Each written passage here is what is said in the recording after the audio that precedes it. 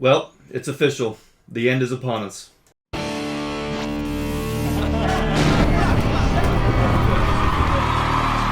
But that doesn't mean that we can't still have a good time. We have plenty to talk about today. Thank you everybody so much for joining us. You're with Xander and Daphne on episode 45 of Kiss Army Things, I believe. So we're glad to have everybody with us. If you're new, be sure to hit the subscribe button, especially if you're a Kiss fan, because that's what it is around here. It's all just Kiss Army Things. So we're glad to have you with us. Daphne, how are you doing? I'm doing great. How are you? I'm doing pretty well. I'm glad that we get to have this time to talk about Kiss, our favorite band. We obviously know that the biggest news in the Kiss world right now is the final announcement, or the announcement of the final shows. Yep, Final 50. The final 50, along with the final 2, taking place at Madison Square Garden on December 1st and 2nd of this year. Kiss was on a interview with Howard Stern, and so those are going to be some of the things that we talk about today. Definitely. We'll get into some things before that, but obviously we're just kicking it, sitting back in the Kiss room, drinking some Moneybag soda. Cracking one open. Yep. And of course, we're going to start today with what we do in every episode, which is our Kiss Spotlight.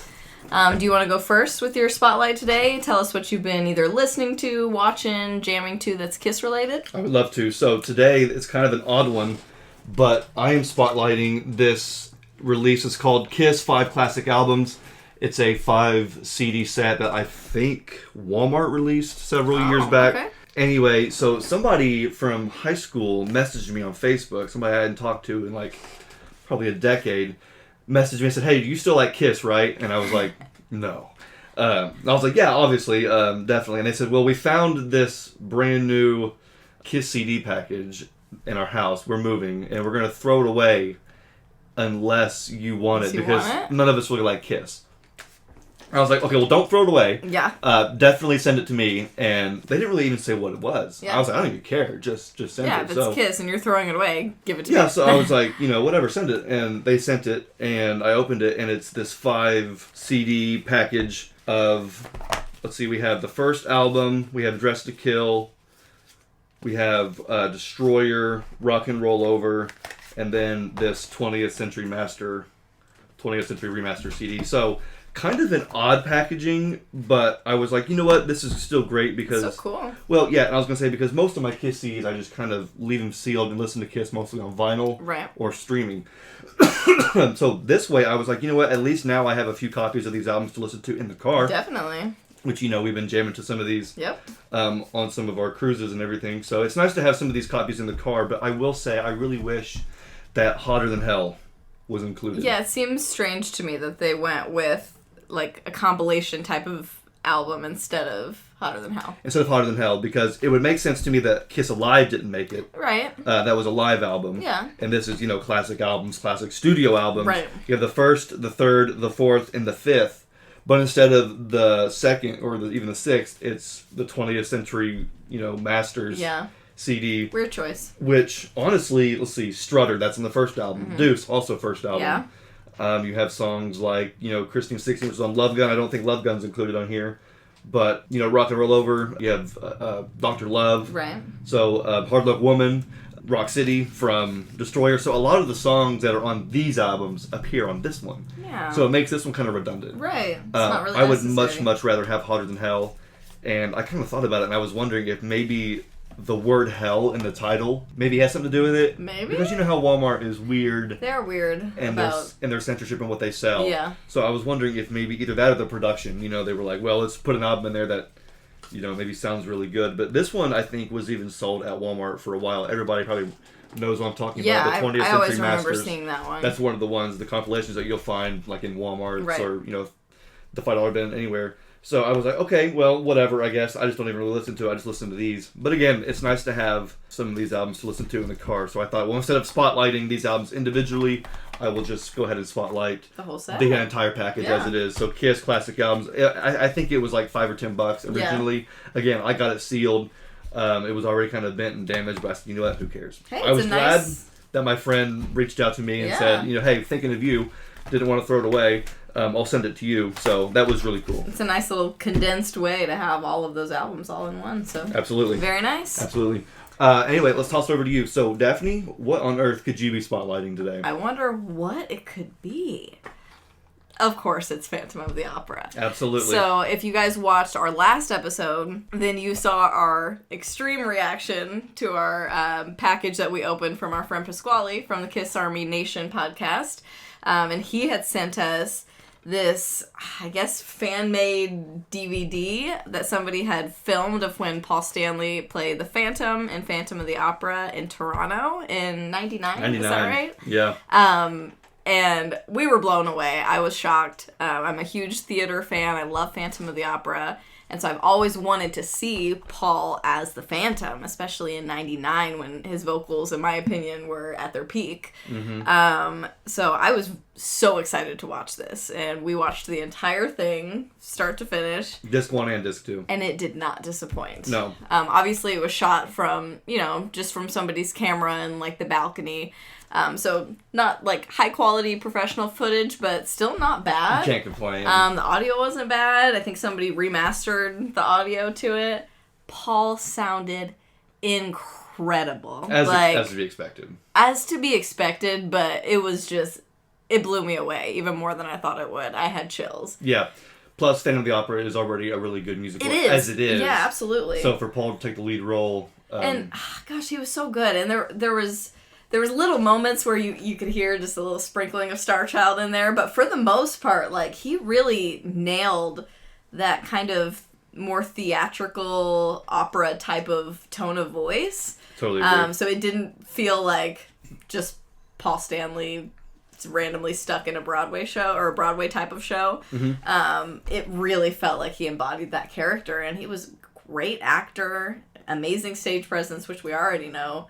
And the woman that played Christine, who's the main lead. Yes. Do we have any of our? We should have got this out. Do we have any of our press stuff that? Okay, so this has the cast in it, and I was just curious because, like I said, the girl that played Christine was phenomenal. Her name is Melissa Dye. Yes, Melissa. Yes. See now. It does ring a bell. So Paul's posted about her. Yes, and I think in some of the interviews that we saw, he might have mentioned her. She was phenomenal, a perfect Christine, and their voices blended so beautifully together. Harmony. Oh my gosh, perfection. It was gorgeous, and the whole cast obviously was incredible. It was a professional production, so the whole thing was great, but I don't know. It blew me away even more than I thought it would, and I knew it would because it's Paul Stanley as the Phantom. Yeah, I want to figure out how to spell her last name. Where did you see her listed now? It's Dye. But yeah, it was just phenomenal. And I mean, you're not even the biggest musical person per se, but I can still appreciate a good musical. Yeah, but you can appreciate the talent and obviously Paul Stanley. So yeah, I thoroughly enjoyed it. That's my spotlight. Did you have anything else to say about it? Because obviously we watched it together. Yeah, so obviously this was also my first time seeing Phantom of the Opera as well, starring Paul. Yeah. So I was just as excited. Not just as excited, but I was... Almost as excited. I was pretty excited. Maybe just as excited, just because how much you love Paul Stanley. Yeah, no, I'm a huge Paul Stanley fan, so in or out of Kiss, whatever he's doing, I'm interested. Yeah. Soul Station is another example. Yeah, his art, where I was all really that kind of excited to stuff. hear, what Paul's doing. So to actually finally get to see this, yeah, again, thank you, Pasquale, for hooking us up, man. Thank you so much, dude. It was awesome. It did not disappoint. That was a great surprise, and we also have another DVD of like a media collection of some interviews and some press things he might have done. We haven't got a chance to watch all of that yet, so I'm excited to dig through that more. We got to finish the bonus material on that DVD. Yeah. There was some bonus material that we kind of started, but wasn't able to finish because there's just so much content. Which thank goodness, because this is an era that not a lot of stuff is out there. So anyway, going back to his actual performance, one thing I thought was really cool was because yes, I am a Kiss fan, I am a Paul Stanley fan. And hearing him sing, you can hear where he's utilizing some of the same techniques that he would have used back on The Elder. Yeah. Maybe not quite to their full potential because this is 12, 13, 14 plus years later. That's a good point, though. Whatever it is, it's a long time later. But when he's hitting those falsetto notes, when he's using, the lower register of his vocals as opposed to his high vocals, he did some of that on The Elder, which was kind of seen as like, oh, Kiss, stick to your rock and roll. Right. But, this, I think, being outside of Kiss, I think, and also it being, several years later, obviously you can tell that Paul has really come into his own as a vocalist. Absolutely. And hearing him, hit some of those notes was really great, especially considering that when Paul's on stage as the star child, he's always hitting those huge big high notes. Yep. And there were so many moments on here where he was like forced to be restrained and, you know, emote differently. Yeah. As opposed to just always being at like this like full like 10 out of 10. Right. You know, you have to like dial it back and almost like use more of your throat and be restrained. Like, and it goes all the way down to like whisper type of singing. Yes. Very emotive. And I know there was a couple moments, especially towards the end, where he was using more of the mid-range, like you mentioned, like not real low, not real high, but just the emotion and the vibrato that he was giving was incredible. Absolutely. And I remember when we first started watching it, because obviously he's not, if you've ever seen Phantom of the Opera, he's not right at the beginning. There's some other things that happen first before he's introduced. It takes a while. And it takes a while for him to be introduced. And when he first comes into the show, it's just his voice off stage. And we knew on the first note that it was Paul, and it was so exciting. It was. You also mentioned his acting earlier, and I think that just because the members of KISS did Kiss Meets the Phantom, that everybody assumes that they're just naturally terrible bad actors. And it's like, well, that's not true. They were bad actors for that movie at that time in that scenario. They were young at that time, too. They were still pretty young. Ago. Yeah. And they were at the height of their success. They didn't know what they were doing. And I don't think they were trying that hard to be good actors. No. Let's be honest. No, I don't think they were either. And obviously, I think most, if not all of them, have been in other roles since then. Especially Gene. I know Gene and Paul have. Yeah. But even Peter has been in a few small roles here and there on like HBO shows or something like that. I don't know.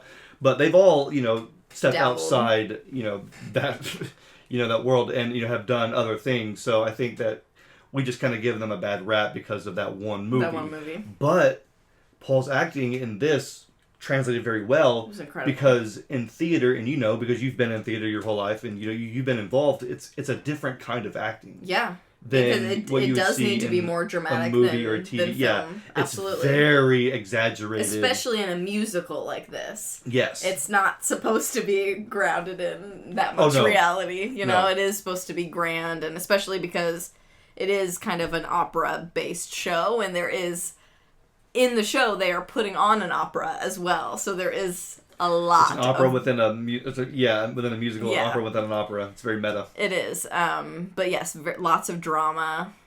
It's supposed to be over the top, and he absolutely killed it. Yeah, more than you would think he would, because I do see where people outside of KISS would look at that as like, why are we having, you know, some random rock star come in and play this role? But no, I think he nailed it more than anybody ever would have given him credit for. Mm-hmm. So for us to be able to, I know most folks at this point have probably either seen it or maybe they were there or whatever. But no, for us, this was a really cool first watch and first listen. Yeah. You know what's not really talked about that much enough? What? Is Paul as a villain. Oh yeah, that's a good point. This is a thing where, you know, he's the main character. The Phantom. Mm-hmm. He's also the good guy and the bad guy. He's a very complex character. And so Paul Stanley playing that character is very interesting because we're always used to Paul being this very, you know, upbeat, positive person. Yeah. And so we hear him. He's very maniacal at times. Can I say that laugh? His evil laugh, impeccable. Yeah. It's so good. It's like I can't believe I had never heard Paul Stanley do a dramatic evil laugh like that, but it was perfect. It was so There good. was at a certain point, I kind of wish they actually would have recorded some of... Now, hearing that, I wish they would have maybe included some of that on Psycho Circus, which was which again, it's hindsight, because that was... Psycho Circus was recorded or released the year before. Right. But at a certain point during those evil laughs of Paul's, he was hitting this, like, you know, this again, in this maniacal, crazy state... And I was hearing some, like, I don't know why, but Psycho Circus kept coming into my head. Okay, maybe it's because of that first on Psycho Circus, the album. Yeah. It sounded very close to that. I can see that. So I think that, you know, if they were to have done something different with Psycho Circus. That would be cool, kind of in the background. In the background, him kind of like laughing maniacally, or I kind of think of like Ozzy at the beginning of Crazy Train. For sure, like for sure. That kind of thing. Yeah, I mean, it's obvious that somebody like Gene might have a really strong evil laugh, but you wouldn't think that Paul would have an evil laugh. So seeing kind of Paul tap into that and just kind of go in, was really cool. Yeah, I hope that. Maybe perhaps, and we're going to get into this again, the main topic of today is going to be, you know, the end of the road and these final shows, but maybe post-Kiss, I hope that Paul is more open to doing stuff like this again. Absolutely. Where, you know, even if he isn't like the main, you know, right, lead like the Phantom in some play, you know, just to get back out there and do something on stage, because I think he's talked about wanting to do that. He just obviously never has time. Sure, exactly, yeah. I mean, he's been very, very busy with Kiss, but maybe in the future, if he wants to get out there and still be, you know, creative or active in some way in the performing arts, so maybe want to do some more theater. Because I would love to see Paul I would love to see role. that. And if that happens, I think we need to try and see that live. Well, absolutely, you know what I mean? absolutely. So cool. And I think we've also talked about Soul Station in the same way. Where, absolutely. You know, if we were to do the, I don't know if Soul Station will be on the next Kiss cruise or not, but I forget where we may have heard that if they do like record another album or play more shows, you know, that's something that I would want to go to. Absolutely, to see, because, you know, Paul. Again, I'm a fan of Paul no matter what. In or out of makeup, in or out of Kiss, I'm a huge Paul Stanley fan. We jammed to some Soul Station, and that's the kind of music that you just know is going to be incredible live. All those instruments and all those incredible musicians, like Paul and his entire band. So with Eric Singer. Oh, absolutely, yes. With Eric Singer as the drummer. Great spotlight. I love that. Yeah, and so let's see, if we were to real quickly before we move on past the Kiss spotlight, one more thing I could spotlight is this 12-inch single. Oh, you have a bonus today. Oh, this is a good one. Yeah, this is a good one. It wasn't going to be the main spotlight, but I figured I would just show it off for the people because, you know, we're always interested in all this. It's a good show and tell. Yeah, this show and tell and just some, you know, random Kiss stuff. So obviously this is a 12-inch record, but it's actually a single for I Was Made for Lovin' You. It's backed with Charisma, but so Jeb picked this up and said, hey, found this, you know, for a few bucks, you know, do you want it? I said, yeah, absolutely, you know, pick it up. And then he brought it over. And the first thing I noticed was that I Was Made for Lovin' You is listed as 7 minutes and 54 seconds, which is extremely long. Extremely long. Longer than the longest studio Kiss song, which is Jungle. Right. Which is like 6.5, somewhere around there, minutes. So this one clocking in at 7:54 took me aback. I was like, wait, what? How long is I Was Made for Lovin' You normally? I can look real quick. No, I got it right here. Oh, you do? Yeah, I got it right here. Normally, it's 4 minutes and 30 seconds. Oh my gosh. So that's a huge difference. Yeah, so this is like an extra couple minutes. Yeah. And we actually listened to this when Jeb came over the other day, because we did our song challenge video, and before that we were kind of jamming to this, and it was definitely a wild mix. You know, a lot different than what we're used to. As far as I Was Made for Lovin' You. Not only is it extended, but there's also, like, remember those vocal effects that were added in? It's very cool. I'm not sure if it was, I mean, it says produced by Vinny Poncia, who produced Dynasty, so. Yeah. Anybody who's ever heard the 12-inch single version, the 754. It's very different. There's, like you said, some interesting vocals in the background, some, like, ghostly kind of sounds. It sounds very ghostly. Paul's vocals. It's very atmospheric and dramatic. Like, it's really cool. It's a really like dynamic version of the song, and I think it actually adds a lot to it. They do kind of rearrange some things. There's where you initially would expect a solo. There's not one, right? And then the solo comes in later on. And then comes and again. we repeat some things. It's very interesting, and I think Jeb pointed out it's something that, you know, would be a good, like, club version of the song, you know, that you would actually play in a club for people to dance to, because it's longer and it's super upbeat and it has all this extra cool stuff in the background. I really enjoyed it. I'd like to hear it again. Yeah, perhaps that's what it was used for, was, you know, for, like, dance clubs or whatever. But I don't know if radios were playing this, because I've heard the radio single. Right. I don't like the radio single because it cuts off, like, a couple shorter. measures, and it cuts off some bars. Yeah, it's a little bit shorter. And, yeah, it cuts off the long, that long drum fill. And this version, doesn't it extend it? It chops it up. Oh, okay. Because instead of the usual it goes Yes, it almost different. It's like an Eric Singer fill almost. It's like the way it rides. It's like a different take. It's a very weird. It's almost like they went in and either it was a different take. Yeah. From Anton Fig in the studio. Right. Or Vinny, the producer, when they were mixing it, mastering it, whatever, producing it, decided to cut it up and just mix it differently that way. Who knows, you know, what actually happened, but I thought it'd be cool just to spotlight this. It's a cool version, and I thought it was interesting that we had never heard of it. So if any of you have heard this version before, definitely let us know, because I was kind of surprised that you guys had never heard it before. Same, and then Charisma is the same length as it always is. Yeah. I think there's maybe a 1 second difference, but yeah. Charisma on here on the 12-inch single, 426. Charisma on the album, 425. So that's basically the same. Yeah. But there's an extra 2 minutes or so on the 12-inch single version, which I thought was pretty wild to listen to because you're thinking it's gonna. There's no do in the beginning. Yeah. You're thinking, okay, when's that coming in? And you're just waiting for it, and it never happens. And it goes tonight, and you hear some of those ghostly vocals, and it's a lot more dramatic. I really like it. What a wild mix. One other thing real quickly before we move on to our main topic, I guess I could also talk about this because we're recording this on March 1st. And today, back in 76, March 1st, Kiss released Shout It Out Loud as a single. Okay. And so I just kind of wanted to pull out this 45. Nice. It was backed with Sweet Pain. If you follow on the Instagram page, you might have seen where we posted that. So follow us on the Instagram page. We post some really cool stuff. And in addition to, the podcast. So I wanted to just real quickly spotlight that. I think that's really cool. But the other thing that happened today, March 1st, was Kiss's big interview on the Howard Stern show on Sirius XM, which, funny enough, I had no subscription to. I decided to get a free trial version and then just canceled afterwards. Nice. Because it's this thing with Kiss. It's hard being a young Kiss fan sometimes because, when they did the A&E documentary, it's like, oh, how do we watch A&E? We don't have cable. We don't have, satellite TV. Now they're wanting to do Howard Stern. It's like, I don't have satellite radio. No. I listen to radio. Listen to the radio. Yeah, I listen to radio. But I was I was just one of those things. Well, I can easily get a subscription, and just cancel it. Absolutely. I wasn't able to watch the entire interview, and I know that this is coming out on a Sunday, the Sunday after this Stern appearance. So maybe at this point there is a full audio interview. If so, go check it out. Definitely. It was a great interview.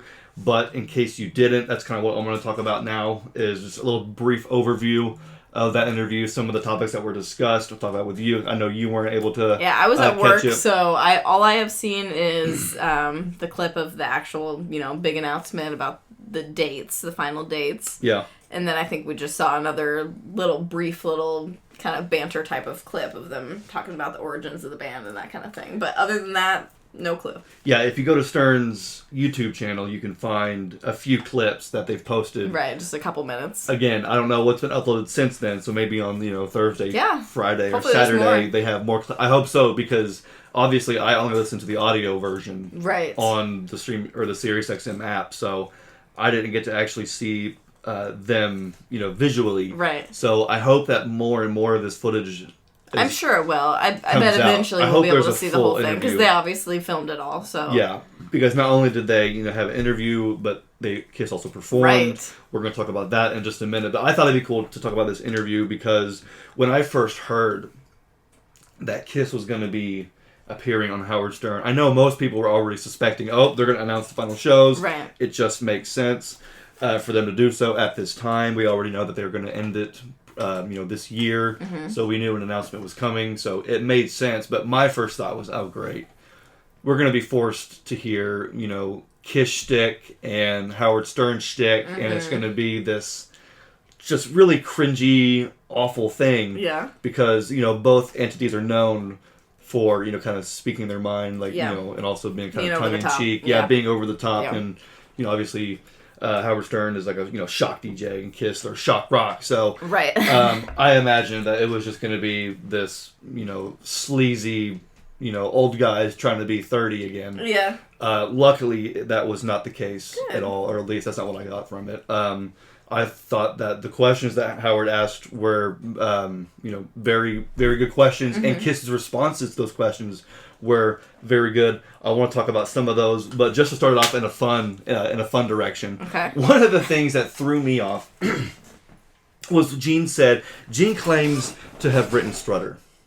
And I don't know how serious he is about it. He was like, yeah, so I'm the one that kind of wrote Strutter. And Paul said, wait, what? No.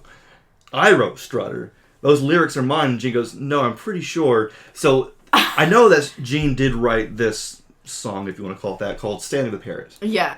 Yes. It's one of Gene's many stream of consciousness songs, kind of like Deuce or Watching You, whatever. So we had this song Stanley the Parrot, which may in some form have been a genesis to Strutter. Yeah. But Paul insists loosely, I'm sure, that she wears her satins like a lady, and all those lyrics. Everybody says she's looking good, and it was understood, those are Paul's lyrics. Right. Gene goes, no, I'm pretty sure I had a hand in that. And it was this thing where I was like, how serious is Gene being? Right. Or if he's just Paul's kind buttons? of like pushing Paul's buttons, because there was some really, really fun bickering between Gene and Paul. I love it. As to be expected. I hope folks don't read too much into that, because at a certain point... They're brothers. What do you expect? I was going to say... It's like you and Jeb. It sounds kind of like the stuff that you hear Jeb and I do, or you and I, because obviously, Jeb and I are brothers, you and I were husband and wife. Right. When you're that close, you can make those kind of jokes. Some folks, you're like, did you really just say that? They're sitting right next to you. It's like, yeah, you don't know what level we're serious. on. Yeah. Yeah, and even if we are, we're big enough to take it. You know what I Right. mean? So there was some of this really fun, lighthearted, banter and That's bickering fun. between Gene and Paul that is always fun to see. But hearing Gene claim to have written Strutter, I was like, how serious is he being? That's fascinating. Because and that's one of the reasons why I can't wait to see a video of this come out. Yeah. Because facial expressions will tell a lot. I can just see, Paul sitting there going, where is he getting this stuff from? And to my knowledge, Gene sounded pretty serious. But hilarious. it ended up becoming like a running joke throughout the whole show. Okay. Which was kind of funny. Like at the end, they were talking about, Gene wrote Strutter. Ha ha. He's Yeah. like, I did, whatever. Hopefully, again, they do put that up online, because it was I'm totally sure they funny. will at some point. But that was one of the funny things that I didn't catch the whole interview, the whole Howard Stern interview, but I caught as much as I can, maybe an hour plus of it. Wow, how long I think was they were on for a couple hours. Wow. I think Stern's show goes for like 3 or 4 hours. It's right, but I didn't know ridiculous. that one guest stayed on that whole time. Kiss, I guess, must have been the main guest. That's awesome. Or that's really cool. they must have had an extended slot. I don't know. But yeah, they were on there for quite a while and talking about some pretty interesting stuff. One of the things that Howard asked was, now that you guys have been around for 50 years, what is the biggest mistake you think that you've made as a band? And Gene and Paul were very adamant to say that, there are no such things as mistakes, because even if you do classify them as mistakes, it's those mistakes that get you to where you are, and it's those mistakes that you can learn from. Right. So they basically said, as far as they must have been including The Elder and, Carnival of Souls, which are some projects that they maybe don't think highly of. Yeah. But they were even almost including those, saying, look, it takes that kind of stuff to get you where you are today. And Paul really openly and really candidly said, if I'll just say the biggest mistake, the biggest regret I have is not treating Eric Carr's death more sensitively. Oh. Wow. Which kind of came out of left field. Yeah, I didn't even expect that. Because there seems to be this idea amongst the kids. And by the way, I know that this is a very sensitive subject. Yeah. And this is going to require a lot of maturity on all of our ends. So just stay with us here, okay? Paul was talking about how... Well, first of all, there's this sort of idea going around in the KISS Army, and has been since, Eric Carr passed, that KISS treated Eric Carr very poorly during his passing, and while that isn't necessarily true and not true, Paul kind of clarified and said when Eric Carr was diagnosed with cancer, or with had to get his heart tumor, all these things were happening, they viewed it as him being sick, not dying. Yeah. And Paul said because they were still also young, the idea that Eric Carr would die or could die was not even on the radar. Mm-hmm. He was thinking, you take a backseat, take a rest, right? Take the time to heal, get better, and then when you're better, come back, kick ass on the drums, and we'll keep going. Because right now we're going to record this album, and we have Eric Singer who's going to help us. Right. To them, that's just business. Right. It happened. That's just how you carry on. It happened with Peter while Criss he's out of commission on Dynasty and Unmasked. They had Anton Fig, even though Peter Criss was still in the band. He was in the music video. It wasn't him on the album. Ace, he was there thankfully for the Creatures promo, but wasn't on the album. With Mark St. John, even they said, look, your hand issues, whatever, take the time you need to heal, and then when you're ready, come back, right? And then we'll continue on. But ultimately, because they were having such a good time with Bruce, they decided, okay, well, business is business. Bruce is fitting in really well. Yeah. We're going to go with him. Right. So, it's just business. So with Eric Carr, the idea was, say with Mark St. John, look, take time off, heal. We have this guy to take care of what we need right now. And when you're ready, we'll go back. Well, all of a sudden, Eric Carr dies. And it's like, wait a minute. Whoa. Maybe we could have dealt with that differently. But of course, hindsight's always 20/20. Exactly. And so hearing Paul kind of admit this and say, hey, look, knowing what we know now, I really wish that we could have dealt with that differently, because I don't think Paul and Eric were on that good of terms when Eric passed. Not that they didn't love one another. Of course. Obviously, they were still in the same band, and if, Eric wanted to, he could have quit at any time. Paul could have fired him at any time, but that's not what happened. Eric was there, it was almost like marriage, till death do us part, right? Yeah. But I don't think they were on the best of terms, and so hearing Paul say this almost kind of made me realize that this is something that weighs and has weighed on his mind for years. Yeah. And I don't know if anybody out there has ever maybe left on not the best of terms with somebody that you're close to, but I can relate to that in more than one way. And so I was like, man, to hear Paul be kind of so open about that was really kind of unexpected. Yeah. And then Gene, just to kind of make sure that everybody understood the context in which he was speaking, because again, I think when people hear that, when fans hear that, they're going to be like, aha, see, now there's your proof. You admitted it. There's your proof that you treated Eric Carr bad. No, that's you learning and growing. Right, that's just saying I could have done better. Yes. Yeah. Obviously, they had Eric's best intentions in mind. Look, don't, overwork yourself. We'll let you be in the God Gave Rock and Roll to You music video, but heal. Take time. They didn't understand the weight of it at the time. They didn't understand. Yeah, and nobody could have. It's hindsight is always 20/20. Always. And I remember watching, I think Jeb and I have talked about it many times on this show, but the importance of Kiss Extreme Close Up for us, that home video. Jeb was 1 and I was 3, and that was our very first, intro to Kiss was that video. The whole story of their legacy up to that point, and their history, the Kisstory. And hearing about the death of Eric Carr, that was my first knowledge and understanding of the concept of death. Oh, wow. It's funny how much Kiss has influenced my life, or influenced, just every my aspect. knowledge of life, Yeah. and how I perceive life, because Eric Carr was the first person that I knew or consciously understood was a living human person who was one day here and then now is not. That was my first understanding. And that when that came out, Extreme Close Up, that was in like 92, 93, just a year or two after Eric Carr's passing. That was fresh. So you can already hear in that video, Kiss Extreme Close Up, Paul, you can hear the remorse in his voice even then. But even all these years later, to answer that question from Howard in the way that he did, I think shows a lot of maturity. Absolutely. On his end. And I know there's going to be a lot of immature fans that's going to use this, little audio sample of Paul saying that to try and weaponize it. Yeah. But I think, that's Paul, saying, hey, that was my friend, and, life is fragile. And, whether precious. you know it or not, it is more precious than we give it credit for. So I liked hearing that from Paul. That's really cool. And then Gene, I don't think I finished my quote or my thought earlier, but Gene, just to interject and make sure we understood the weight of it, said, look, by the way, we're not saying that, we treated him poorly. We're just saying that, he was a member of the band and we loved him. And, he was trying to back Paul up and say, I know that fans are going to, not like hearing this and it's going to rub them the wrong way.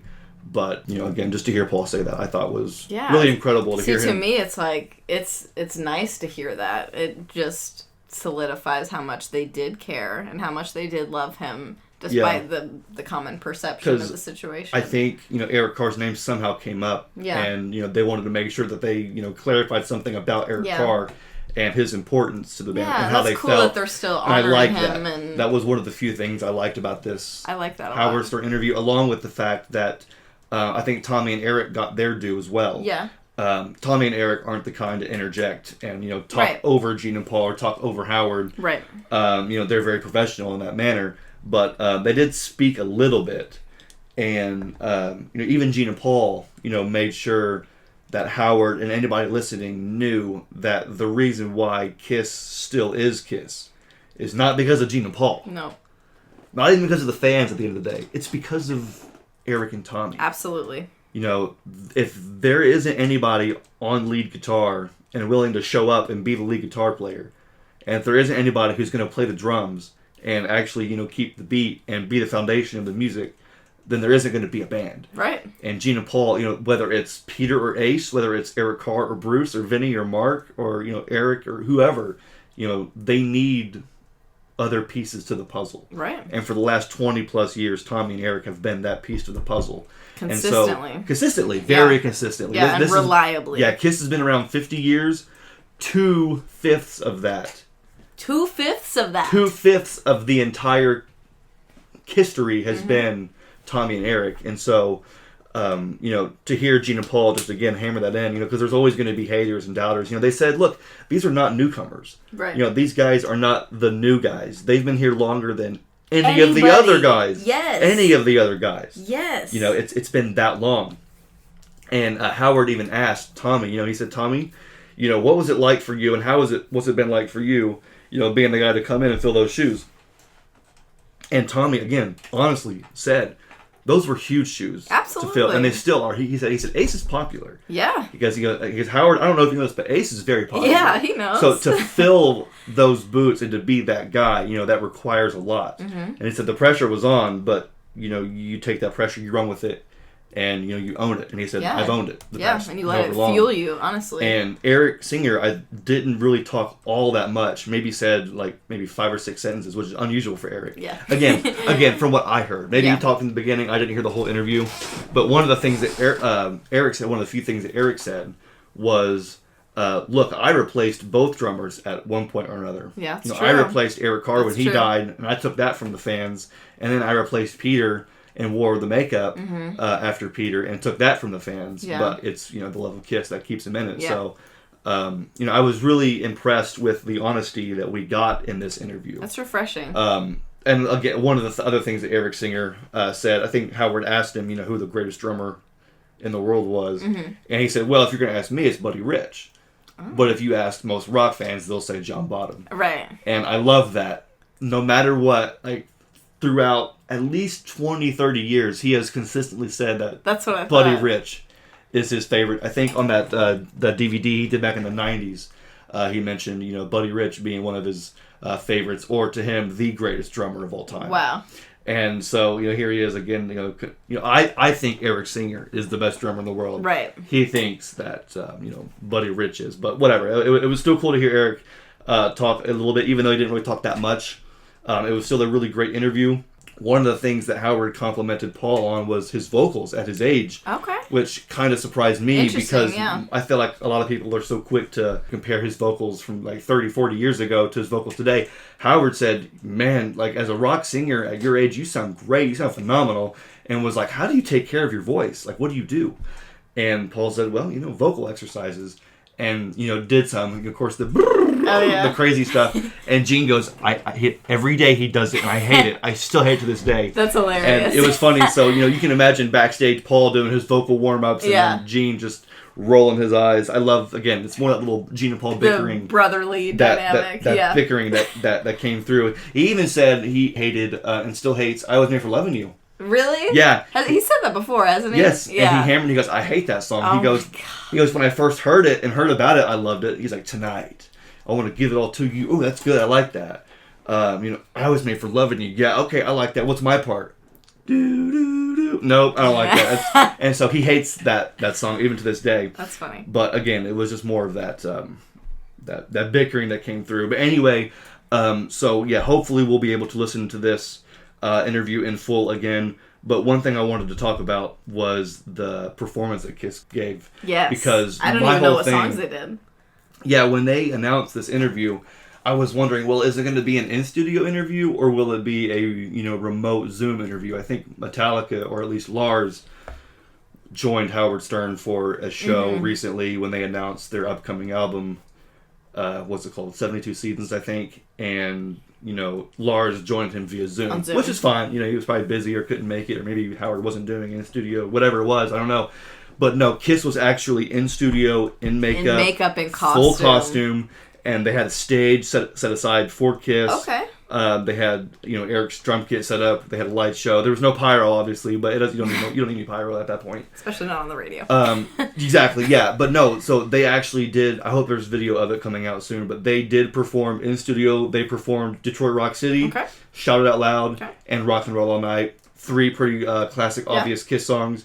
One fun thing to mention is that they had the most fun with this. When they were playing, usually, they go in, they play, they leave. I think this was an opportunity for them to kind of just spread their wings, or just, spread out and just have fun and let loose. First of all, it was all live. For what I could tell, there was no possible tracks vocal tracks or anything like that. There was no, funny mixing going on or anything like that. This sounded like just live, raw, real Kiss. Paul sounded phenomenal. Nice. He really did. It honestly makes me wonder if he's been using these tracks to preserve his voice. Yeah, these like supplemental vocals here and there. Like he'll sing live the first verse of Detroit Rock City, but then the second verse maybe like coming from a feed or whatever, and then he'll sing this part live, and then he'll sing all of it live. But what's coming out may be something that he recorded in the studio a week prior or whatever it is. I don't know. We don't know what's going on. But lots of Kiss fans have been on their toes, watching with their glasses. Well, trying to dissect every performance. And for every person that says he is lip syncing, there's 10 that say he isn't. Yeah. And for everyone that says he is or isn't, there's 10 that say he is. It's just the stand that keeps going back and forth. But this was a performance where you could just sit back, listen, and enjoy, because it sounded like it was live Kiss. That's awesome. And they were having some fun just in the studio before the solo to Detroit Rock City, when there's the drum break. Paul pointed at Tommy and said, "Tommy, play that classic stuff right now." And then Paul, I'm assuming walked up and they both did the dual solo, but there was just some fun ad-libbing. That's cool. That Paul did. I hope there is video footage that comes out of that. I'm sure there will be, but it's too good not to. I'm excited to hear that. But it was one of those performances where you could tell that they were actually having fun. Yeah. And were allowed to kind of let loose. Yeah. As a matter of fact, when they did Rock and Roll All Night, now, because, and if you're a diehard too, you could tell. As a diehard, I could tell that when they started the song, obviously when they are talking to Howard, they're using these microphones, this set of microphones, and then when Kiss performs their music, they got to switch the feed to the monitors of the amplifier or the microphones for the drums or whatever. Yeah. So you got to switch from one to the other. Well, when they switched, something was off. Okay. Because there was something off in the mix. You could tell that there was one point where Gene gave an extra want to rock and roll on when he shouldn't have. Okay. And then maybe missed one cue. Now again, if for anybody, any regular listener, you would never catch this. Right. But if you're a diehard, you may have thought, oh, okay, it's just one random thing that comes with playing live. Yeah. Well, at the end of Rock and Roll All Night, they said, "Wait, stop. We're going to do it again." And Howard said, "Wait, what?" And Gene and Paul said there was a couple mistakes. There was something wrong with the mix, maybe a double guitar. We need more microphone. And okay, here we go again. Rock and Roll Night. 1, 2, 3, 4. And they played it. They played it twice in a row? Played it twice in a row because they said, "No, that's not good enough. What? We're better than that. We're Kiss. That's interesting. You wanted the best. You're going to get the best." best. And they played it again. And afterwards, they were like, "Boys, I don't know what you heard before, but that was fantastic, great performance."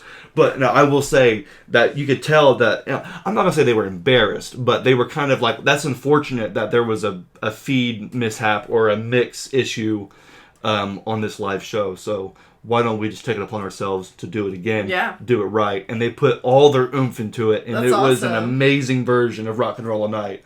But to hear him play it twice was kind of interesting. Yeah, that is back to back too. It's interesting that they let it get all the way through the song, like instead of just stopping. You would think that they would stop it and over. say, but they're, I guess, under the impression of the show must go on. Well, and honestly, keep it going no matter what. The show must finish go on. it in case they don't allow you to do it a second time. You know what I mean? Like if we don't have time to do it again or something. Yeah, exactly. But that's really cool. I hope there is video footage, and I hope it's of the second one, so that I can hear the full thing. And in addition to playing twice, Rock and Roll Night twice, they even, Howard allowed them to kind of talk about the genesis of some of the songs and how they came to be. And I think most fans know about how Rock and Roll Night came to be. It was Gene's verse and Paul's chorus that they just kind of put together and kind of created the first rock anthem. They were looking for that big hit. And that ended up being it. But one thing they talked about that they never talked about before that I know of was the structure of the actual music. Gene said it's actually a more complex song than we give it credit for. But that's because it's meant to be, it's written to be catchy, memorable, and a hit in that regard. But they started talking about the music, and Gene, not knowing that we're not as smart as he is, right, started talking about it's a fourth and a fifth, and it goes into this and that, and Howard says, Gene, we don't know what you're talking about. And so Paul threw it to Eric and said, Eric, explain, because Eric is an actual musician. Eric Singer is a true musician. Gene and Paul, they write songs, that's great. Obviously successful musicians, but Eric Singer can read music, can write music, understands music theory and composition, and understands music, I think, in a much more technical and, this is kind of redundant, but a musical way. Yeah. And so Paul kind of was, I'm assuming, smiling. I can see it in my head, him kind of smiling and pointing to Eric. So Eric, explain to Howard and people what we're talking about. And I tried to write it down and type it down as quick as I could because I was just hearing it knowing I couldn't rewind. Right, because it was live. So here's how I understood what they were talking about. So coming out of the verse of Rock and Roll All Night into the chorus. Okay. The chorus, I, starts on 2. So when you do a beat, 1, 2, 3, 4. Well, when you do Rock and Roll All Night, party every day, 1, I comes in on 2 as opposed to 1. Yeah, that's true. So I never thought about that. That can throw people off. Not us, or not listeners, because Kiss, they're professionals. Peter Criss, Eric Carr, Eric Singer, they're drummers. They know how to play it. Gene and Paul, they wrote it, so they know how it goes. And so for us, it's seamless. But it's not until they break it down like that, and maybe when you actually play the song yourself, you're actually playing it, you realize that it actually breaks the usual structure of a song. Because, and I try to write down Eric's quote. Eric says, the riff starts on 2, which is the backbeat on the measure, and not on 1. They're starting on 2. It breaks the usual structure of a song. And so that was all I was able to kind of gather from what Eric says. But it makes sense because every day is 3 and 4.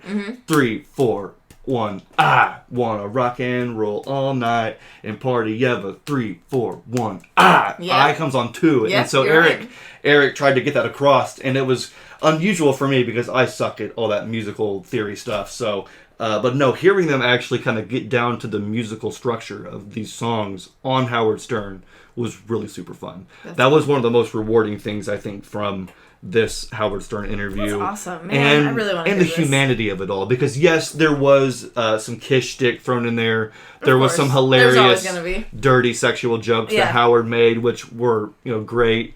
After Kiss played, Howard goes, wow, I want you all inside of me now. Which one first? I'll take my top off. Or, whatever. He was being Howard Stern. Yeah. And it was funny, but in the midst of all that, there was a lot of, hey, we're all people who have achieved success. And, they were talking about some of the story, like Kiss were sharing stories about some of the bands that they had got to see back in the day. Some of the bands that got to take out on the road. And Howard was just memorized by some of the stories, and you could tell that he was really appreciative of that, as opposed to trying to make it some, sleazy rock kind of thing. Yeah. Which maybe, it sounds like it was pretty genuine and real. Which I know for some people they don't want that from Howard because he is the shock rock guy, but I think at 60, 70 years old, it's like, come on. Yeah. Cut the act. Let's all just... Let's have a real conversation. Let's all just be men and have a normal conversation. Yeah. And so there was some Kiss shtick and there was some Howard Stern shtick, but in the midst of that was a lot of humanity and a lot of respect, and so I hope that some of the non-Kiss fan listeners will have a deeper appreciation for Kiss in that regard. Yeah. Again, there'll always be haters, but I can't wait for some of that video footage to come out. But one of the quotes that Paul ended with during the interview section was, it was kind of a way to validate Kiss, but which we all try and do, as Kiss fans. We're all trying to validate Kiss. But he said, no matter what, a crappy band with a big rock show and a good rock show is still a crappy band. Yeah. And I swear he said the exact same thing on Kiss Extreme Close Up. Did he? I swear he said the exact same thing on Kiss. And so the fact that he's still saying that 30 years later and it's still true, it's very consistent in that delivery because he's like, look, at the core of who we are and what Kiss is, it's music. The music. It's a rock band. Everything else is icing on the cake. He said you can dress it up any way you want. Yeah. It's still a rock band. Yep. And so that was one of the things. And the music holds up on its own, but is added to by everything else, by the show and the spectacle and all of this. The stage show, the makeup, it accents and enhances what you're hearing. Yep. and it pairs nicely in that regard. So hopefully, I think that was one of the things that he was trying to leave people with. Yeah, I like that. As far as who Kiss and what Kiss is, hey, look, a rock band with a big show is still a crappy rock band. That's not who we are. Yeah. We have the music and the meat. We have the meat and the show. Yeah. Anyway, obviously, the big thing with the Howard Stern show was that they wanted to announce the final string of shows for the End of the Road tour, which is going to be the last part of the show we're going to talk about here, because everybody has been wondering when the shows are going to be announced, where they're going to be. I think we all kind of knew they were going to be at the Garden. It was kind of obvious. Yeah. But now we have actual confirmation that December 1st and December 2nd at Madison Square Garden, that's where the final 2 Kiss shows on the End of the Road tour are going to be taking place. They also added an additional...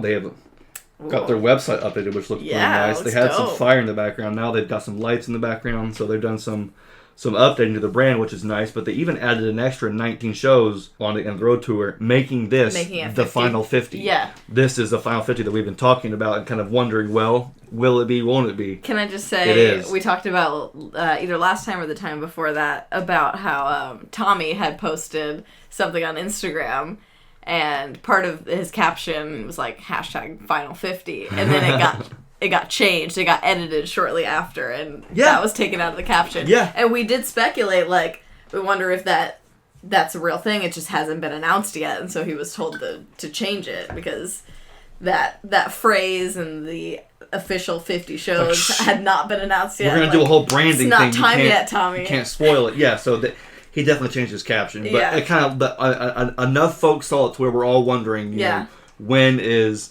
the final 50? Yeah. Well, now it's here, because, you're right. The last time, I think it was last episode, or the one before that, we were talking about how the last scheduled show, as of then, was July 15th. I think in Norway. Mm-hmm. That was the last scheduled show.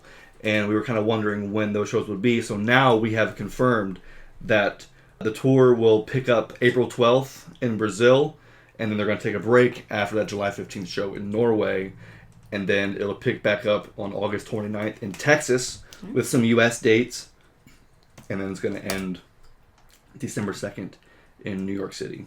And they are coming close to us, to Indianapolis. They added another Indianapolis show. I can't believe it. I did not expect that. They watched our show, and they said many times. They said just for Xander, Daphne, and Jeb, we're going to play Indianapolis. No, I don't know why they did, but we will be there, boys. Absolutely.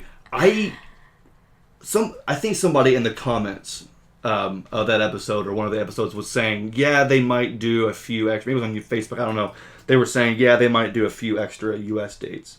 And I was kind of doubting it. I was like, man, they've done so many they've US done so dates. much. We've seen them so many times on this tour alone. But somebody said, nah, they might hit a few shows in some major markets and then at this point, one of the shows, is in Indianapolis. I've seen Kiss 7 times total. And over half of those were on this tour. I've seen Kiss, I've seen Kiss 14 times, and I think 7 of them have been on this tour. So exactly half. So half. That's crazy. Roughly half, I'm pretty sure. Because it's like, Gil, you can take... Yeah. Because usually, in our younger days, we weren't able to afford more than one ticket. Right. We were lucky to get one ticket. Yeah. Jeb and I, for years, would sit in the nosebleeds or sit in the lawn, and, we're so young and so little, it's like... you can't see. Well, we said, as soon as we become adults, and we're able to work for our own money and pay our own way, we're going big or going home every time. Or as often as we can. And you have. And we brought you to 2 shows on Freedom of the Rock tour. Yep. We saw them on the Kiss World tour in Aurora, and then we saw them, again, like several, I don't know how many times on this tour anymore. Like 7? Many times. Many times. And we may go see him again. I mean, we have to go to this Indianapolis show. Yeah. I'm pretty sure these tickets go on sale March 6th. Okay, I was wondering. Pre-sale. That's soon. And March 6th is pre-sale, and March 10th is the regular sale. So we're going to be getting these tickets. Days. That's in a few days. And Jeff and I were talking, and he says meet and greet. He says meet and greet. Wow. Are we doing it? We've never done a meet and greet. Are we doing it? Are we finally doing it? This may be the time. I don't think they're doing the plexiglass anymore. Good, because I don't want to do it like that. I think you do keep a 3 foot, I'm sure, a 6 and foot I distance or whatever. That. Yeah. But there is no plastic divider. So if all goes as planned, we may do the meet and greet. I'm on board. But I just know that I at least want to be at the show. Yeah, definitely. No questions asked. I'm pretty sure it's going to be at the place that used to be Baker's Life. It is. Yep. It is? Yep, I looked it up. And you and I saw Paul McCartney there 10 years ago. We did. And if we're going to be seeing Kiss at that venue for our last Kiss show, it's huge. That's going to be the best Kiss show we're ever going to see. Yeah. And I've said that venue. every time I see Kiss.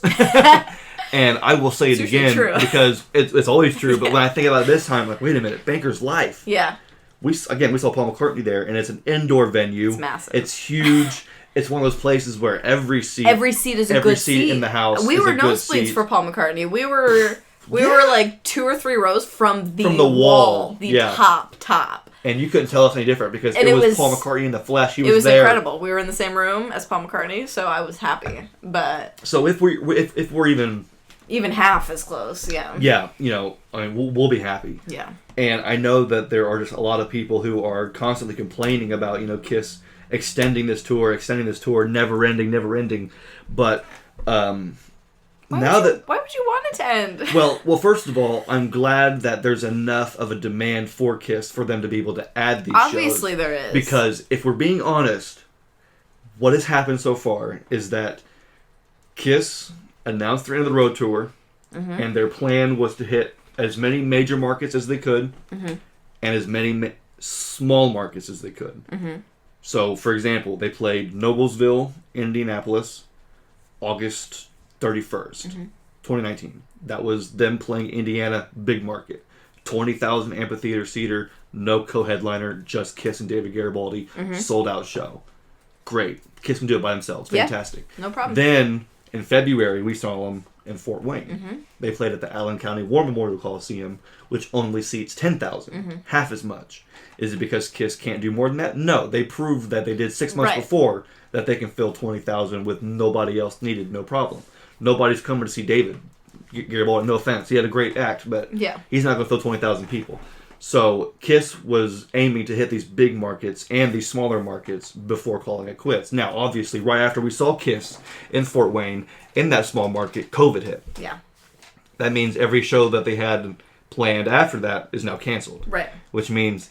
Which is such an obvious thing that I feel like so many people are forgetting. Well, see, most artists would be like, oh, they're canceled. Okay, sucks to be them. We're just going to move on. Yeah. Kiss says no. No. We have an obligation. We're coming back for you.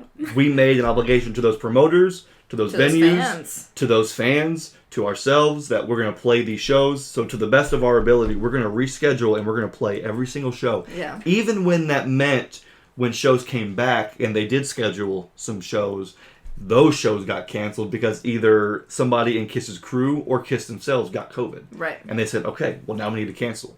Because that's the right thing to do. Right. And now that everybody is either better or tested negative or we're in a position to, we can now get these shows going again so that every fan who we've made a promise to will get, what they deserve. Yeah. And so Kiss, even though some of these shows have been canceled and rescheduled and canceled and rescheduled again, like that Dayton show, right? We weren't going to go to that Dayton show at first because we just couldn't make it.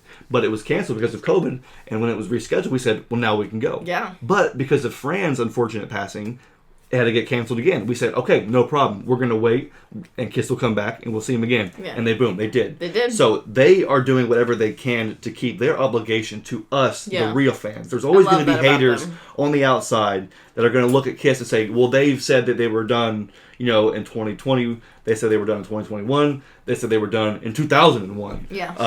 But obviously Kiss isn't playing for those people. They're playing for the folks. For us. Like us, and I'm assuming for those of you who are watching. And that's what I respect about Kiss. Absolutely. And I will be honest, now that we actually have a finite date, I'm kind of relieved. Yeah. Because, I'll be honest, the ambiguity and uncertainty of when the final show is going to come or be announced, it's fun for a while. or I guess 4 years at this point. It's kind of fun. But after a while, it's like, okay, we need to put a date on it. We need to put a cap on it somewhere. We need to put a cap on it. Yeah. They owe it to themselves and us, the fans, to put a cap, even if they do some random one-off performance. Yeah. Even if they do some festival appearance, or, you know, they did the Winter Olympics, you know, after the first farewell tour, just to have those final 2 shows at the Garden to say farewell to the fans, I think is appropriate. Yeah. And the only thing I can think of to compare it to, it's like nothing is worse. It's like your favorite TV show. Yeah. Nothing is worse than your favorite TV show not getting a final season or at least a final episode. Getting canceled unexpectedly without being able to... How irritating is it that when you have this amazing show with amazing characters, it's well written, it keeps you in season after season, and then it gets canceled by the network, or maybe some of the cast is done and they leave, and the show is left, you know, to be canceled. Just open-ended with no finale. And you, the fan, who have invested your time and maybe your money, or at least your time, you know, and your energy and whatever it is, to not get that closure can really feel disappointing. Yeah, definitely. You know? And so I want KISS to have their big moment and their big send-off, especially when I think about the first farewell tour in 2001. There was no final show. There wasn't? Like this. No. When KISS did their first farewell tour, there was no last show, hurrah. There was nothing. It just ended. It just ended. With no bang, with no goodbye. Yeah. It just fizzled out. It's almost like when you light a firework and then you throw it in the water. And Yep. That's how it was. The last KISS concert with the original lineup was October 7th, 2000 in North Carolina. And that show is famous or infamous because that was Peter's last show with the band at that time on that tour. And he completely trashed his drum set during the final moments of the show. There's footage of the band coming off stage and just going their separate ways. That was the last show of the U.S. leg of the farewell tour. Peter's contract was not renewed. The band didn't even talk to each other when they left the stage. That was the last time the original 4 members of KISS played together. That's exactly how you don't want. That's their legacy. Yeah. The shows in November of 2000, the Japan shows, those were canceled. Okay. The next month. And KISS recruited Eric Singer to help them finish out those shows. He donned the Catman makeup, and they played and made up those Japan shows in March of 2001. That's the Tokyo show from off the soundboard. So obviously they were able to, again, KISS, they made, you know, they had to cancel those shows, but they were going to make them up. They said, if this is the last time we're going to come to Japan, you know, we're going to make these shows up. So they canceled them, and then they got Eric Singer, the band, and they played those shows in 2001 and in Japan and Australia. But that October 13th show in Gold Coast, Australia, that was supposed to be the last full-fledged show of the farewell tour. Yeah, ever, as far as anyone was concerned at that time. Does anybody still talk, unless you were there, I guess, but does anybody still talk about that October 13th show? I've never heard any audio from it, see any footage, but that was the last show they played in Australia. That was the last scheduled show of the KISS farewell tour. Wow. There was no final big send-off. No big celebration. There was no pay-per-view celebration. There was no 2 dates scheduled at Madison Square Garden. There was no nothing. big announcement about the final. No. Yeah. Now, they did do a few one-off performances following year in 2002. They played 5 songs at a fashion show in Manhattan in February. They played Rock and Roll All Night at the closing ceremony to the Winter Olympics. Right. That was a one-off television performance. That was Ace's last performance. Oh, I didn't know that. Because in, I think, let's see, I don't know if it was in March or something, but they did a private show in Jamaica, and Ace refused to show up. Yeah, so I do know about this, yes. That's when Tommy stepped in. Yeah. And has never stepped out since. So that means that when KISS performed on American Bandstand, that was the first time that the current lineup was performing together live for the first time. Publicly. Wow. And all of a sudden it's like, wait a minute. This could work. You know, we planned on ending it because this is not fun for us. But if this is how it could be... This is kind of fun. This could be fun. Yeah. And it's not like we wanted to end KISS. We felt like we had to. Right. We had no choice. So that first farewell tour was Kiss not going out on their own terms. Right. That was them thinking they had to right. on their own terms, but they actually didn't want to. And so you can clearly see by the way history rolled out that this was meant to happen. Absolutely. And I understand that it all depends on, you know, where you come in at in your history and, you know, what your perspective is and your experiences are. And that's absolutely true. But that performance on Dick Clark's American Bandstand Celebration was the first time Jeb and I saw Kiss on television. For some folks, it was ABC in concert. For some, it was maybe Mike Douglas or Paul Lynde Halloween Special. For us, it was Dick Clark. That was us seeing Kiss on television going, oh my gosh, this is the greatest band ever. Yeah. We had only seen that pay-per-view from the East Rutherford show. And that was like, okay, well, that's the farewell. That's the last Kiss. Yeah. So to see Kiss come back on the Dick Clark anniversary was big for us. And obviously, you know, they did bring Peter back for the Kiss Alive 4 Symphony Orchestra in 03, which was huge because, again, Kiss is supposed to be done. They're done. Right. They fizzled out. They did their Australian leg and their Japanese leg. Now they're just kind of doing one-off random TV performances. Oh, a rock band of that caliber going out like that? No. Yeah. It's important and imperative that Kiss get their final send-off. Absolutely. And this is going to be it. Yeah. Okay, I blabbed on long enough, so be sure to leave me your guys' thoughts in the comments on what you think about these last 50 dates. Will you be able to see some more Kiss shows? They've got dates in Canada. They have some in the States. We talked about some over in the Europe area. So let us know in the comments what you're going to be able to see. And we will end this episode like we do with most episodes, opening up some Kiss merch. Of course. And how fitting it is today, talking about the End of the Road. I'm wearing End of the Road. I noticed that you're wearing Paul Stanley, and that matches your spotlight. Did you play in that? I did play in that. You play in that? Okay, I kind of saw that like halfway through, and I was trying to decide. I didn't mention it in the beginning. I was trying to decide what Kiss shirt to wear, and I was like, "Well, what's my spotlight today?" Oh yeah, I know exactly what shirt I'm wearing. I like that for sure. Well, I thought that since we're talking about the End of the Road today, that we would open up some End of the Road merch because Kiss Online had a very limited run of Japanese merch available. Oh, I forgot about this. For those of us who are outside Japan. This is exciting. And I immediately jumped on everything that I could because you don't really get to see a lot of Japanese merch. And they always get the coolest stuff. Yeah. So this, we'll start it off, is a hand towel. I'm not sure how well you'll be able to see it here. It is in the package, and we are on camera in a dark room. But it is right there. So this is a Kiss Army Japan. It's cool. It's like black and gold. Black and gold hand towel is what it is. And it actually says November 30th, 2022. That was the show. Tokyo Dome. That was the last show that Kiss played at They played Tokyo Dome in 2019. And they came back at the very tail end of last year. And so they had some merch left over. So that's what all this is. And so you can actually see on the date there, it says 11/30/2022. Super awesome. This is a lot bigger than I thought it was going to be. Oh my gosh! Is that the crackers? These are the crackers. This is a Kiss cracker set. That's huge. Now, how awesome! I'm not gonna lie. When I saw the picture online, it said Kiss cracker set. Yeah. I thought it would be the Something size. small. I don't have anything with me, but I figured it would be like the size of a box of playing cards. Something small. Some playing cards. Yeah. You open them up and there's like 5 or 6 crackers in there. Wow. So how does this open? Is this? It might be difficult to open on the pod here. I think you would have to break that seal. Don't break that seal. But it just opens normal. But yeah, no, I did not expect these crackers to be this huge, but they are. 2023.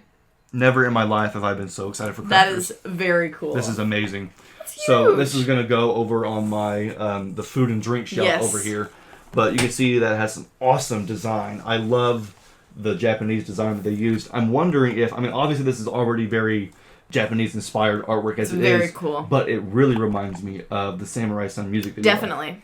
Yeah. It has some of those elements here, but obviously high quality graphic. Kiss crackers, gotta have it. That's very awesome. excited. I love it. Let's see if I'll just put this right here. And then, so the last thing I got from the KOL exclusive Japanese merch line is this. Let's see if I can get it to look, get it to display correctly.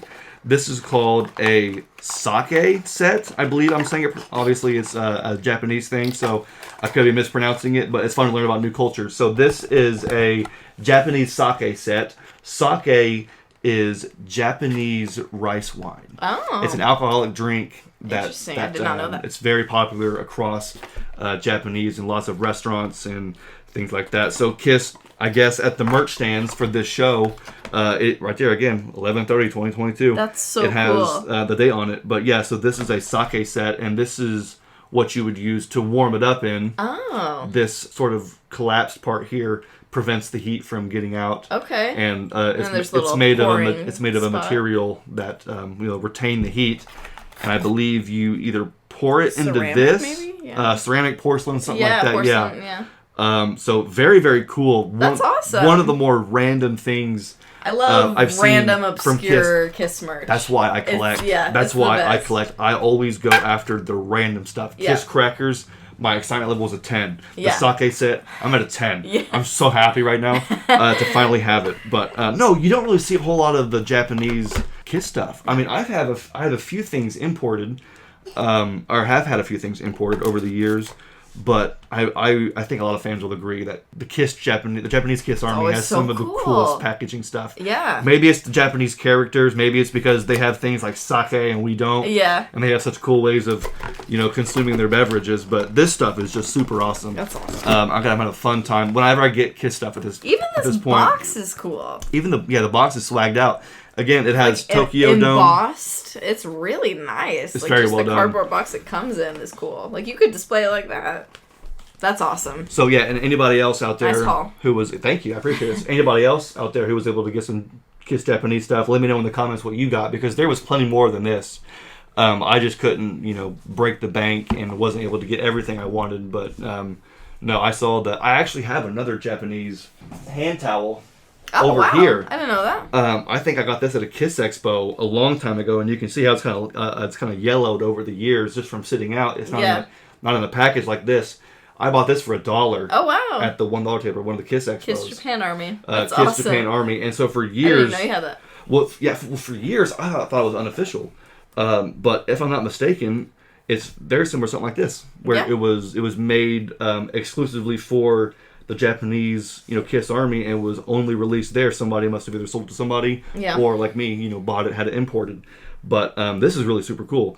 I think this may have been a KOL exclusive at one point in time too for the online subscribers. I'm not sure, but either way, love getting Kiss merch. But to get some Japanese Kiss merch is super dope. Love it. So I think that's pretty much it for this episode. Thank you guys so much for joining us. Another jam-packed episode. Oh yeah, and let us know what your thoughts are on this Howard Stern interview and Absolutely. the final dates. Let us know if you have any ideas of things you think they might do for these last two shows. Like, I hear we're getting new set list, new stage show. Really? I hear for Kiss, the final 50 or just for the last two? Well, I mean, definitely for the final two. But I think that Kiss is talking about wanting to do something different with the stage That's and exciting. the set list for these last 50 to make them feel special, even though they are part of the End of the Road tour. Yeah. Make them feel special. Absolutely. And because I think great. they do know that there's a lot of us that have seen multiple shows on this tour. Yeah. And I like that they want to mix it up. And I've seen every iteration. So if they want to keep changing things around, I mean, be my guest. Absolutely. I'm going to try and be there at Sonic Temple in May. I'm going to try and be there in Indianapolis in November. Yep. 2023 is it for Kiss. Again, they may do some one-off random performances here and there, but you're not going to be able to see them like this ever again. So hopefully you're able to get out to one of these shows. I know we are. I just know we are. If you've been thinking about it and you've been on the fence, now is the time, because that was the only time. Now we know for sure that it's ending this year in a few months, and it's bittersweet. It really is. It is bittersweet, but like I said, I'm glad that we at least know a date. Yeah, there is a sweetness to it that we finally have an end in sight, but when you texted me when I was at work today and told me what the big announcement was, I was like, okay, great, cool. But then I had this kind of moment of sadness where I was like, oh man, it's real now. You know what? What's funny is I had that, but in reverse. Really? There was a moment when they announced it that it was like, okay, at least it's in December, so it's at the very, very tail end of the year. Right, we have this whole year. Yeah. But we're also already a fourth of the way through the year, and it's happening this year. So I was like, wow, there's actually a date now. It's set in stone. But then again, earlier I talked about it. I was like, you know what? This is good though, because at least I now know that my favorite TV show is going to get, this is already the final season, but it is going to get its 1 hour, 2 hour TV special finale. You know what I mean? That's a weird analogy, but that's just the best way I can put it, is because, nobody, it sucks when your favorite TV show doesn't. Yes, cuts off. Clearly I'm talking from, anyway. So I'm glad that they at least have a date set, because even if they do some random thing after, even if they do, because there was no Kiss cruise mentioned at all. Right, they did say, but we know it's happening. Yes, but there was we know no, they won't, obviously it was. We know they listed won't on be. KOL. I don't think they're going to be in makeup or anything, right? From what no, we've they're been gonna told. they're gonna play unmasked. Yeah. And electric, but they're not gonna play indoor with makeup. Yeah. And as Kiss as we know it, so definitely we're in the home stretch. And we're glad that you guys are joining us. If you're new to the channel and you're still here to the very end, you have to subscribe, man. You're here to the very end. Thank you so much for joining us. You can like us on Facebook and Instagram, where we have way more Kiss content that isn't just the podcast. We have Kiss memes, post a bunch of Kiss merch. Oh, yeah. All kinds of awesome Kiss photos, moments in history. So it's just Kiss Army things around here. Absolutely. That's the name of the channel. That's the name of the podcast. Yep. Anyway, thank you for joining Daphne and I on episode 45. We'll see you on episode 46. Until then, peace.